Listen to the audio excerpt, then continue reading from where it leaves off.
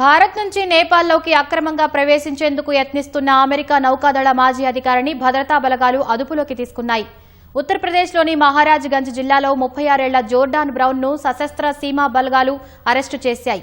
ఎలాంటి ప్రయాణ పత్రాలు లేకుండా అనుమానాస్పదంగా అతడు యూపీలో తిరుగుతున్నట్లు గుర్తించాయి. సరిహద్దు వద్ద తనిఖీ చేస్తుండగా బ్రౌన్ పారిపోవడానికి యత్నించినట్లు పోలీసులు తెలిపారు. అయితే తాను పర్యాటక వీసాపై థాయిలాండ్ వెళ్లి తన పాస్పోర్టు పోగొట్టుకున్నానని నిందితుడు చెబుతున్నాడు. సముద్ర మార్గం గుండా శ్రీలంక, అక్కడి నుంచి గతేడాది నవంబర్లో భారత్లోకి చొరబడ్డట్లు వెల్లడించాడు.